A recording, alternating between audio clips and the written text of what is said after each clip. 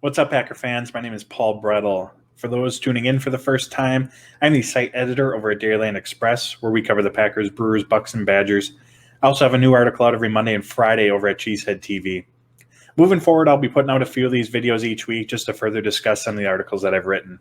Today, I'll be taking a look at two in particular. The first came out on Monday over at CheesheadTV, and it's about Lane Taylor and the thought of bringing him back for 2021. The second is about Aaron Jones and the franchise tag, and you can find that today over at Dairyland Express. So let's start with Lane Taylor.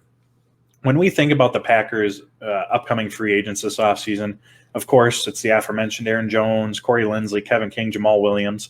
But Lane Taylor is a free agent as well, and I think that's really flying under the radar because he's missed so much time the last two seasons.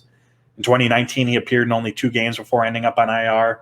This past season, again, appeared in just 1 game before ending up on IR. And I think what's forgotten, because, once again, of this missed time, is that from 2016 to 2018, he was a solid starter at right guard for this Green Bay Packers team. And then this past year, on what ended up being one of, if not the best offensive line unit in football, whether it be by pressures allowed, sacks, ESPN's run blocking, pass blocking metrics, the Green Bay Packers had one of, if not the best offensive line units in football. In week 1, right out of the gates, Lane Taylor was a starter on it.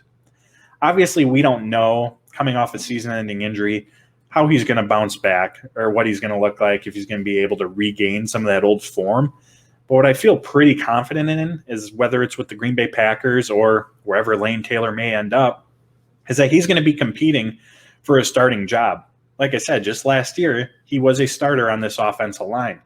And if anything, maybe he doesn't win the starting job, but he can compete and provide you with some quality experience depth on the back end. When we look ahead to this Packers offensive line unit for 2021, there's some question marks. I think we're all under the assumption that Corey Linsley isn't going to be back. And then we don't know who's going to be right tackle while David Bakhtiari is out with an injury, or who's going to be either tackle at this point. We assume Billy Turner is going to be one of them. Left or right, who knows who's going to be the other one? That's still up in the air. Green Bay could look to free agency for a veteran, could look to the draft, try to draft a week 1 starter early on, or perhaps, and who I think leader in the clubhouse is right now, is that Elgton Jenkins is going to take over at one of those positions. And while Lane Taylor can't directly help with the tackle position, he provides some needed depth along the interior. If Elgton Jenkins is the starting right tackle, for example, who are going to be the guards? Well, John Runyon Jr. is probably going to be one of them. Maybe Ben Braden, Simon Stepaniak is the other. And I'm not going to sit here and pretend like I know where Stepaniak's at in his development. I have absolutely no idea. What I do know is that he was a 6th-round pick, and he missed most of the last season with an injury. A lot of valuable practice time. That practice time is incredibly valuable for rookies especially. Could he be a ready starter this upcoming season? Yeah, I think it's a possibility. Based on what I just said, is it something that I think is likely? I'm going to go with no on that one. And Lane Taylor, despite coming off an injury, is someone who, like I've said, at a minimum can compete with him. And I think he's someone that could take over that starting job as well in Bakhtiari's absence and then filling in at guard. So now, if we have an offensive line of Billy Turner, John Runyon, Lucas Patrick, Lane Taylor, and then Elgton Jenkins, that's a pretty good unit. That's a unit that you can win football games with in David Bakhtiari's absence. Upon Bakhtiari's return, they're going to have to make a decision. Someone's going to have to head to the bench. But again, that's a good luxury to have. If you're having to decide which of your starting caliber players has to sit, that's a luxury that most teams don't have. And it's something that benefited the Green Bay Packers last year. They suffered a lot of injuries along the offensive line, but no matter who came in or where they came into play, this unit rarely missed a beat. We saw in the Super Bowl, it's a prime example. The NFL's changed over the years, but games are still won and lost in the trenches. The Packers need to have that quality depth. Even being even with the running game, playing a more major role in the LaFleur offense than what it did in years past, the name of the game in Green Bay is still the same. Keep Aaron Rodgers upright. And Lane Taylor helps provide that. There's also the cost factor. It's not like he's going to break the bank by any means. Last offseason, if you recall, Lane Taylor actually took a pay cut to stay here in Green Bay. His base salary went to just $950,000 after roster bonus, signing bonus. His cap hit was only $2.4 million. I can almost guarantee that it ain't going to be above that amount coming into this year. Teams are strapped for cash. They're tied up against the salary cap, and Lane Taylor spent a majority of another year on IR. In fact, odds are he's going to cost even less for Green Bay if they're able to bring him back or if they decide to bring him back this year. So let's recap. He has starting experience. He's a starting caliber player. He can provide at a minimum, if he's not a starter, he's going to provide you with valuable depth, and he doesn't break the bank either. To me, it's a no-brainer. I think you got to find a way to bring Lane Taylor back to compete for a starting job, but at a minimum, provide depth. Moving along, we'll go to Aaron Jones and the franchise tag. Today is the first day that teams can franchise tag one of their players. And when it comes to Aaron Jones and the Green Bay Packers, he is the only realistic option for this. Corey Linsley just isn't, because the cost to franchise tag an offensive lineman is over $13 million.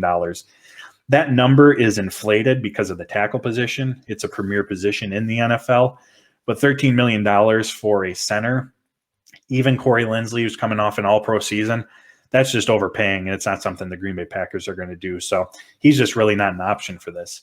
Aaron Jones, on the other hand, running backs are only expected to make just over $8 million this season on the franchise tag, $8.07 million to be exact. When it comes to Aaron Jones, this would provide the Green Bay Packers with a pretty good value, because on the open market, he's projected to land in the $11, $12, $13 million per year range. So by franchise tagging him, if we're just comparing year to year, Green Bay could actually save $3, $4, $5 million by doing so. However, while that sounds nice and rosy and all that good stuff, it's still not financially feasible for them, because it is a one-year deal, the franchise tag. That $8.07 million in cap space has to all be recognized this season.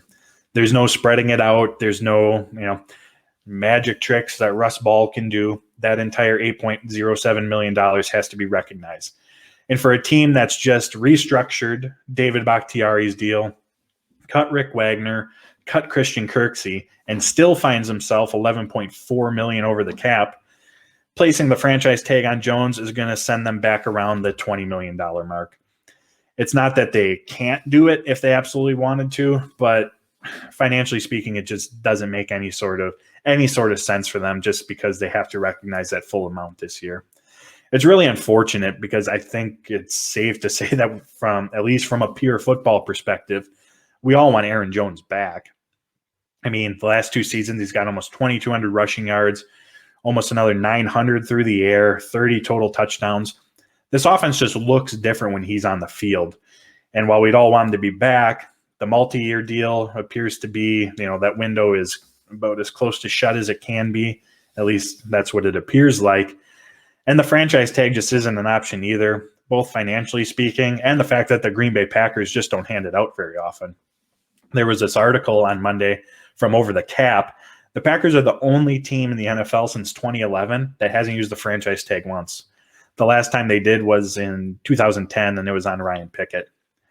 One other thing I want to touch on when discussing Aaron Jones and the franchise tag, and I think that it gets lost in all of this, is that the franchise tag in Aaron Jones' case, it's just not what's best for him either.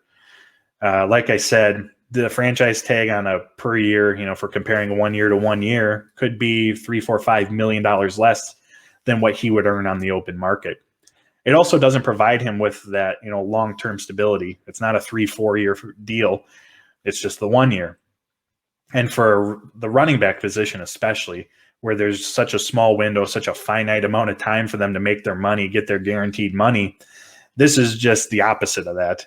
Yes, it's a relatively nice payday for one season, but in Jones' case, it's less than what he'd likely make elsewhere, and he doesn't have the long-term stability either.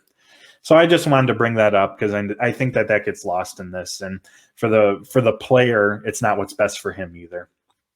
So to recap, let's bring Lane Taylor back, and two, the franchise tag and Aaron Jones, it's just not going to mix. The Packers are going to add on to their league-leading streak of not using the franchise tag, at least for this year.